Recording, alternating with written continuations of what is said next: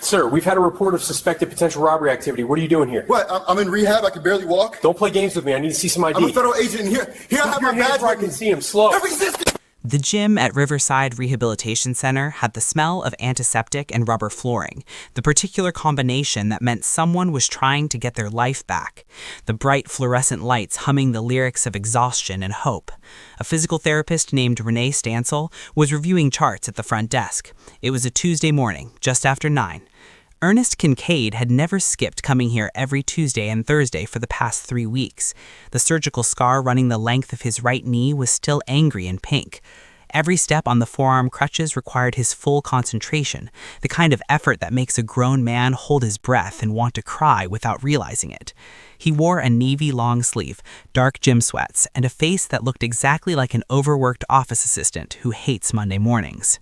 He was 34 years old and a special agent with the FBI's Organized Crime Division, 11 years in federal law enforcement, 2 commendations, 1 classified operation he would never be allowed to name. None of that was visible to Officer Nolan J. when he bounced in through the front doors of Riverside Rehab that morning in response to a call that described a black male, large built, acting suspiciously near the lobby. Possible theft activity. The caller was a front desk contract employee named Stanley Bruner, who had observed Ernest struggle with his crutches near the water station and assumed, without asking a single question, that something criminal was happening or intended. This reflects true stories about what assumptions cost, and this one cost more than anyone expected. Before we go any further, comment where in the world you're watching from, and make sure to hit that subscribe button because what this police officer did and what happened to him afterward is something you need to see for yourself. To understand how badly Officer Nolan J. got this wrong, you have to understand who was on each side of that confrontation. Nolan graduated the Columbus Police Academy 14 months before this morning. His performance reviews called him assertive, decisive, confident under pressure.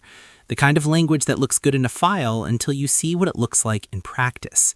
What his supervisors didn't write down, but the numbers made plain, was that nearly 3/4 of his discretionary stops in 9 months involved black men. That's almost 70%. Not because the area he patrolled demanded it, but because something in the way Officer Nolan moved through the world had concluded early and quietly who looked suspicious and who didn't. 3 black men had filed formal complaints against him before this day. All 3 were documented. None of them resulted in so much as a written warning. His supervisor, Sergeant Kenneth Wallace, had received every one of those complaints, reviewed them, and done nothing more than a conversation that may or may not have actually happened. Nolan also had a body camera. He was required by department protocol to activate it before any civilian contact. That morning, he turned it on after he had already approached Ernest, already demanded ID, already decided what he was looking at. That detail, 4 minutes of missing footage right at the start, would later become the first thing Jeffrey Ramirez mentioned when he sat down with federal investigators. Now, Ernest. Ernest Kincaid grew up in Cleveland as the youngest of 4 in his family. His mother, Mirabelle Kincaid, worked the night shift at a hospital laundry for 11 years so the family could keep the lights on and the hopes high. Ernest got into Ohio State on an academic scholarship. He graduated with honors and applied to the FBI at 22. By the time he was 34, he had worked organized crime cases across 3 different states, been cited in the Department of Justice brief, and spoken of at a federal training symposium that other agents flew in to attend. Just 3 weeks before this very morning, he had torn his ACL and MCL playing basketball with his nephew on a Saturday afternoon. The surgery went well. His doctor told him the recovery would be straightforward. The boring part, they said. He left his full credentials at home that morning because the rehab center was just 4 minutes from his apartment. He was wearing gym clothes, and in 11 years of federal service, it had never once occurred to him that he would need to prove who he was inside a physical therapy gym. That assumption, and the gap between his reality and what Officer Nolan decided the moment he walked through that door, is exactly where this story truly begins to cost somebody everything. Now, what makes this case different from so many others is that almost every second of it was recorded, like all of it. And when you lay out what actually happened that morning in order and in full, the picture it makes is not in any way complicated. It's just hard to look at. It all started about 6 minutes before Nolan arrived. Stanley Bruner was 23 years old and 6 weeks into a contract front desk position at Riverside Rehab. That morning, he watched Ernest make his way toward the water dispenser near the lobby, wearing forearm crutches, measured steps, and the careful gait of someone managing real pain. Ernest's right crutch slipped slightly on a wet patch of tile near the dispenser. He caught himself, adjusted, and kept moving. Stanley Bruner did not ask if he needed help. He did not mention it to Renee Stansel, his manager, who was about 20 feet away. He picked up the phone and called the non-emergency police line and described a suspicious black male acting erratically near the lobby. He left out the crutches, he left out the rehabilitation center, he left out every piece of context that would have made the picture make sense. Besides, was that call even necessary? Anyway, when Officer Nolan arrived a few minutes later, he walked past Renee without slowing down. She would later testify that she called out to him, that she tried to tell him who Ernest was, and that Nolan did not stop to even look at her and did not ask a single question of the staff in the building he had just entered. He spotted Ernest at the parallel bars and moved directly toward him. At that point, his body camera was still off. He initiated the confrontation. He demanded ID, he dismissed the FBI credential, which he barely looked at as potentially fake, and that's the moment Renee's later testimony gets quiet and precise, because she was close enough to hear it, close enough to see Ernest's face. She said afterward that what she saw in his expression wasn't anger, not right away. It was the look of a man who suddenly understood that no answer he gave was going to land. And she was right. Nolan only activated his body camera after the confrontation was already underway.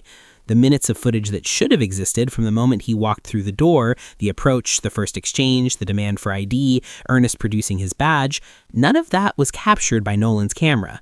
What existed instead were 4 security cameras mounted inside the gym, the phones of 3 bystanders who had already started recording by the time Nolan grabbed for Ernest's arm, and Renee Stansel's written account, which she completed within 2 hours of the incident while everything was still sharp. That body of evidence, assembled together, cross-referenced, verified against one another, is what Jeffrey Ramirez later called one of the most thoroughly documented cases of racially motivated police misconduct he had reviewed in nearly 20 years of civil rights practice. Not because anyone planned it that way, but because enough people happened to be watching and had the presence of mind to record what they saw. Ernest Kincaid spent 4 days in the intensive care unit at Columbus General. The taser had triggered a brief cardiac event, his arrhythmia responding exactly the way his medical file said it would under that kind of electrical stress, which was complicated further by the anticoagulants still in his bloodstream from surgery. His knee, which had been progressing on schedule, was effectively reset. 6 weeks of recovery, gone. His cardiologist would later state in a sworn declaration that the taser deployment, given Ernest's documented medical history, constituted a serious and foreseeable risk to his life.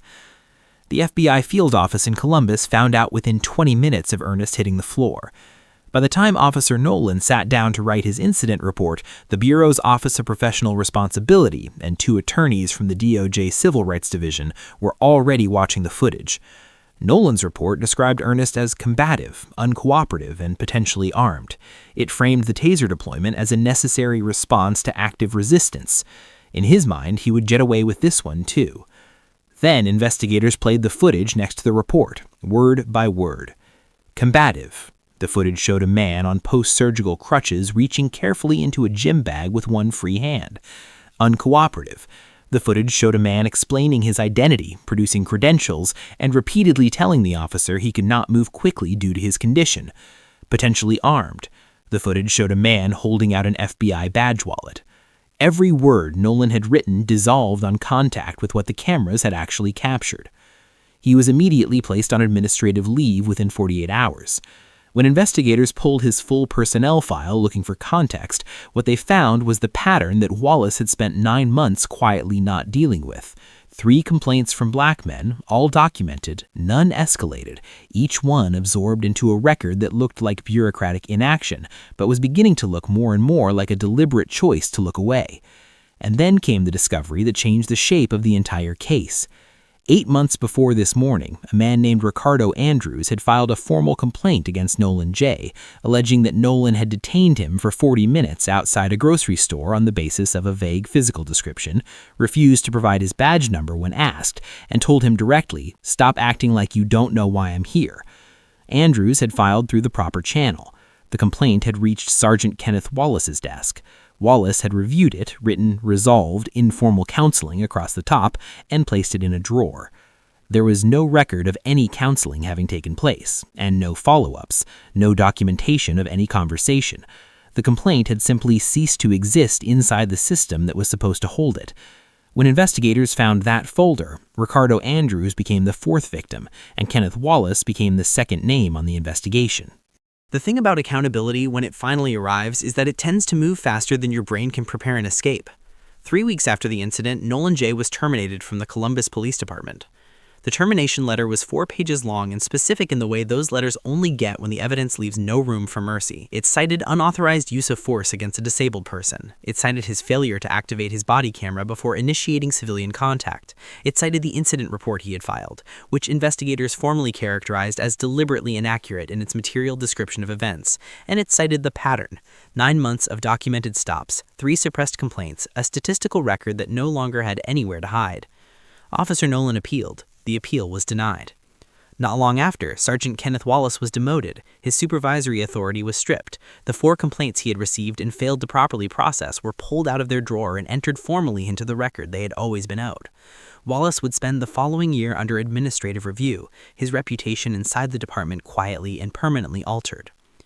Jeffrey Ramirez filed the federal civil rights lawsuit on Ernest's behalf 6 weeks after the incident.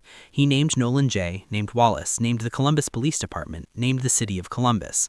The claims covered excessive force, disability discrimination, deliberate indifference to a known pattern of misconduct, falsification of official records, and violation of federal civil rights. The city's legal team looked at the evidence: 4 security cameras, 3 bystander phones, a physical therapist's written account, Ernest's complete medical record, the suppressed complaint, the body camera gap, and made a calculation. No jury in the country was going to side with Nolan. The settlement came at 4 months, $8.7 million. It also required a mandatory audit of every discretionary stop made by Columbus PD officers over the prior 3 years, department-wide implicit bias and disability awareness training, and the creation of an independent civilian review board with the actual authority to investigate and act. As a personal condition of the settlement, non-negotiable, put in writing, Nolan J. was permanently decertified as a law enforcement officer in the state of Ohio.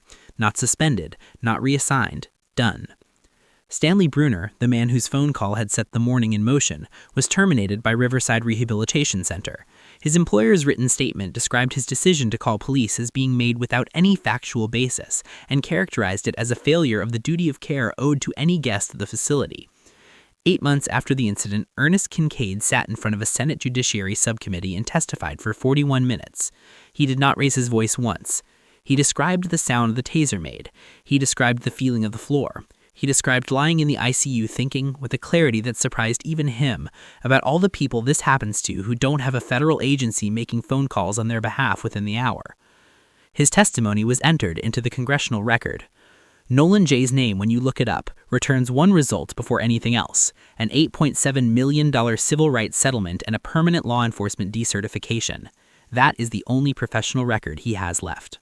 14 months after the morning he was tased on the gym floor of Riverside Rehabilitation Center, Ernest Kincaid walked back in through the same doors.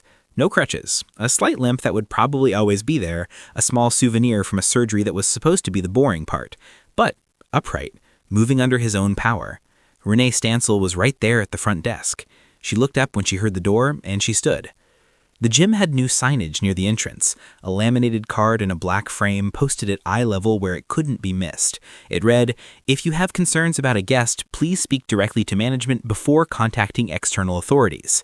It was one of the conditions written into the settlement, quiet and specific and entirely unglamorous, the kind of reform that never makes a headline but might someday stop something before it starts. And near the water dispenser, right where Ernest's crutch had slipped on wet tile 14 months ago, there was a non-slip mat, dark rubber flush to the floor. A small thing, so obvious it was almost embarrassing that it hadn't been there before.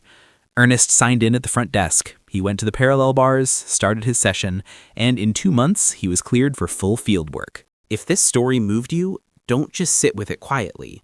What happened to Ernest Kincaid wasn't invisible. It was recorded on 4 security cameras, 3 personal phones, and the body cam of an officer who chose to activate it only after he'd already made every decision that mattered.